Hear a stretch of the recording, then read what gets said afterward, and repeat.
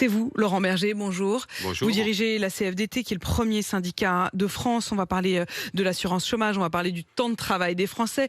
Et puis on va commencer par l'explosion de la facture pour tous les foyers de France, pour tous les travailleurs, prix de l'essence record, augmentation des prix de l'électricité, augmentation du prix du gaz. Il y a des appels à manifester qui commencent à être lancés sur les réseaux sociaux, comme ça avait pu être le cas au moment des Gilets jaunes. Ça veut dire quand même que les Français, ils se disent, on va dialoguer directement avec l'État. Ça passe plus par vous, vous êtes où ? Oh non, ça passe totalement par nous, parce qu'il est question de quoi, en fait ? Il est question de pouvoir vivre correctement, et donc la question des factures, notamment de l'énergie et du carburant, puis il est question de pouvoir être dignement payé, décemment payé de son travail.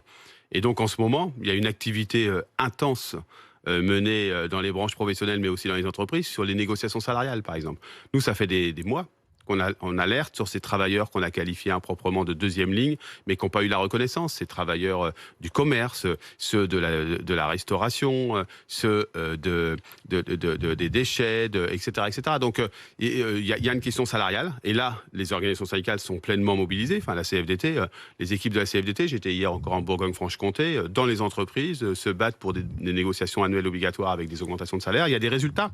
On ne parle pas non plus de ce qui marche. Les paysagistes, dans la branche paysagiste, on a obtenu 5% d'augmentation de salaire. Voilà un exemple. Et puis il y a des endroits où les patrons, les employeurs ne jouent pas le jeu. Et c'est là le premier sujet. Le deuxième sujet, ce sont les dépenses. Dépenses d'énergie, les dépenses de carburant. Nous, depuis le début, on dit qu'il faut un chèque énergie qui soit élargi dans sa base de ceux qui en bénéficient et augmenté. Parce que je crains, moi, énormément la précarité énergétique qui arrive. La précarité, donc le décalage entre, en effet, les salaires qui n'augmentent pas et les dépenses qui augmentent. Vous sentez monter une forme de colère quand vous allez sur le terrain comme hier ?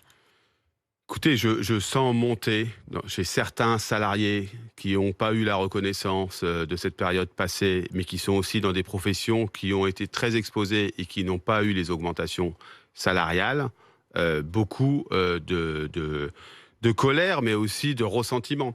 Mais il faut aussi se dire qu'on sent aussi de la reconnaissance chez ces travailleurs pour lesquels on s'est battu et où on a obtenu des résultats. Je pense aux travailleurs de la santé, par exemple. Avec ce Ségur de la santé, on sent que 183 € de plus par mois, ça représente beaucoup.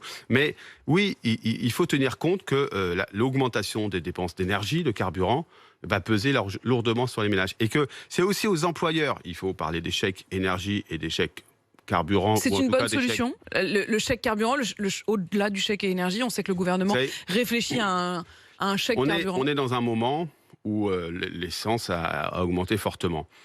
Une des façons d'y répondre, de façon ponctuelle, c'est de verser un chèque mobilité, parce qu'on peut aussi encourager aussi d'autres formes de mobilité que simplement être tout seul dans sa voiture. Mais en tout cas, c'est indispensable pour tout un tas de citoyens. Il faut encourager ça. Mais je crois qu'il faut un chèque carburant de façon ponctuelle et qu'il soit d'un montant... Il faut le faire, il n'y a pas de doute pour vous. Oui, je crois, mais il faut aussi se dire qu'il faut demander aux employeurs de jouer le jeu.